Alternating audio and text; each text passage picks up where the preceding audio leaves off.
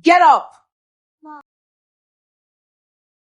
This is 3 a.m. This is the time for breakfast. Get up and go to that kitchen now.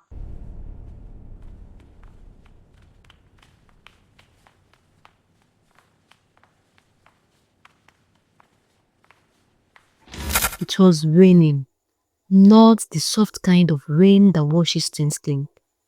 This was the kind of rain that felt like punishment. And in the middle of that rain, standing in a big, beautiful compound that was never really ours, was a 20-year-old girl named Biola.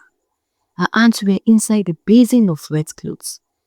Her body was shaking, and her eyes were pointed straight up at the sky. God, when will you take me out of this house? I am tired. God, I am so tired. She did not shout. She did not scream. She just sat there in the rain, asking God the question that had been on her lips for 12 years.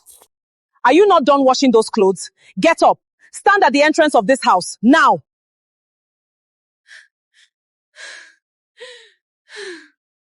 No, Ma, I am still washing. Please, Ma, can I use the washing machine? It is right there in the laundry. I am wet, Ma, I am shivering. I am washing clothes inside the rain. Ma, please, can I use the washing machine? When there is a washing machine in this house, what have I done to you, Ma? What have I done to deserve this? Get out of my sight. Go back under that rain and wash every single one of those clothes. And do not come inside until I say so.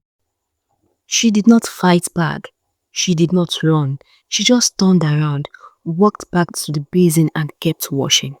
Because that was all she knew. That was all she had ever been taught to do in that house. But wait, before I continue the story, I need you to do something for me right now. Grab your drink, find a comfortable seat, and if you have not subscribed to this channel yet, please do that right now, because the story I am about to tell you is not a small one. This is a story about a girl who was stolen from her mother before she could even speak. A story about a woman so wicked. She looked into a child's innocent eyes every single day and chose cruelty. A story about secrets, about betrayal, about a truth so powerful.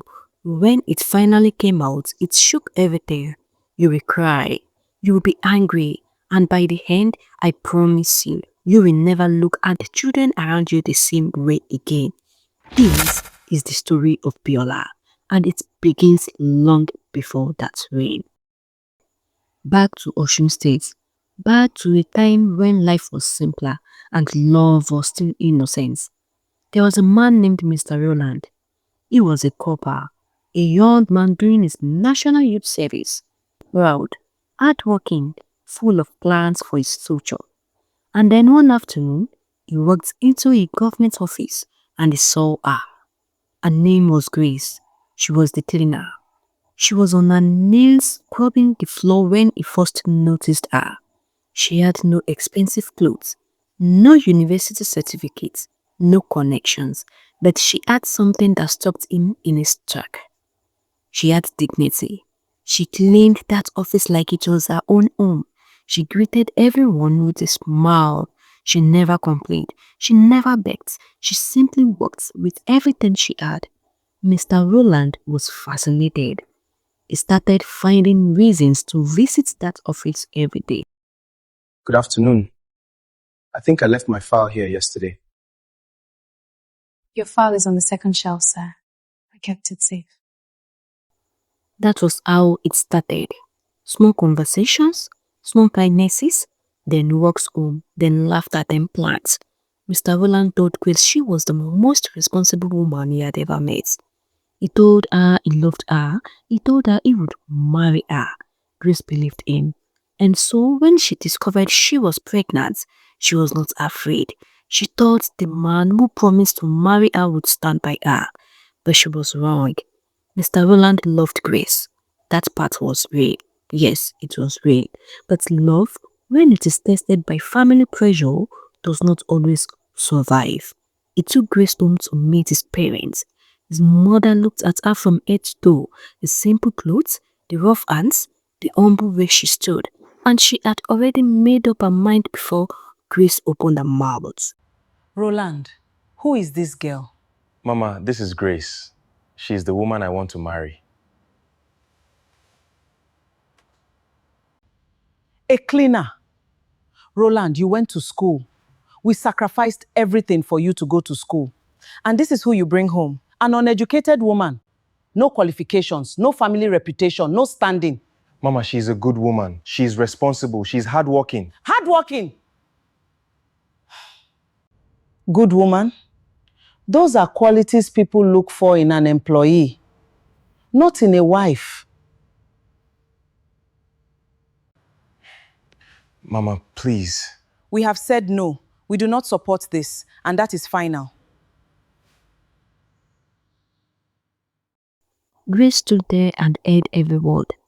She did not cry, not in front of them. She waited until Mr. Roland walked out to the road, and then the tears came. Roland, am I not good enough?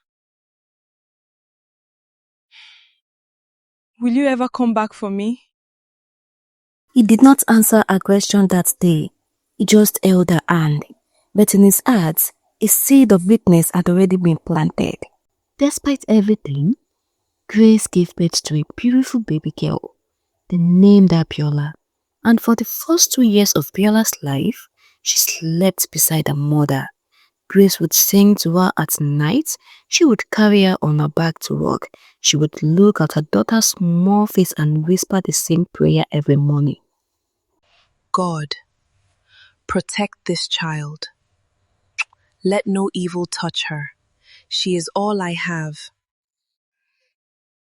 But Mr. Roland's family had not forgotten. They came one afternoon with a plan, not a request, a plan. They told Grace that the child belonged to the Roland family, that as the father's child, Biola was their responsibility, that they would raise her well, give her education, give her opportunities that a cleaner could never provide. What they did not say was that they had no intention of ever letting Grace see her daughter again. You can keep living your life, Grace. You are still young. But the child comes with us. She will have a better future with her father's family. She is my daughter. You cannot just take her from me. We are not taking her. We are giving her a life you cannot give her. Grace looked at Mr. Roland. She looked at the man who had promised to marry her. She looked at him and waited for him to speak, to defend her, to say no. He looked away. They took Biola that same day. Grace stood at the gate of that compound, arms empty, heart shattered, and watched the car drive away with her daughter inside. Biola was 2 years old, and she would not see her mother again for the next 18 years. If this touched your heart, drop a broken heart emoji in the comments. You are not alone. Time passed. Mr. Roland moved away with his family to a different city. And the man who once told Grace she was the most responsible woman he had ever met began building a new life. He met a woman, a university graduate, sophisticated, well-dressed, well-spoken, from a family his parents approved of immediately. Her name was Adonla. But in this story, you will know her as Black Lady, because that is exactly what she was. His parents were delighted. Now, this is the woman we prayed for. Educated, elegant. She knows how to carry herself. This is a wife, Roland. This is a wife. The wedding was massive. Guests, music, expensive food, designer outfits, a day that looked like a dream. And sitting quietly at that wedding, dressed in a new little dress she did not pick herself, was a 6-year-old girl named Biola, watching the woman who was about to become a stepmother smile and laugh and dance. Biola did not know what was coming. She just smiled too, the way children do when they do not understand what the adults around them are planning. After the wedding, Biola was brought to the new house to live with her father and his new wife. The compound was beautiful, big, modern, 4 luxury leisure cars parked in the driveway. rooms with air conditioning, a kitchen bigger than most people's entire houses. For a 6-year-old who had known nothing but small rooms and simple living, it must have looked like paradise. But paradise sometimes has a locked gate. Mr. Roland carried Biola into the living room and introduced her to her stepmother. This is Biola, my daughter. She will be living with us now. I want her to be part of this family. Welcome, Biola. Thank you, Ma.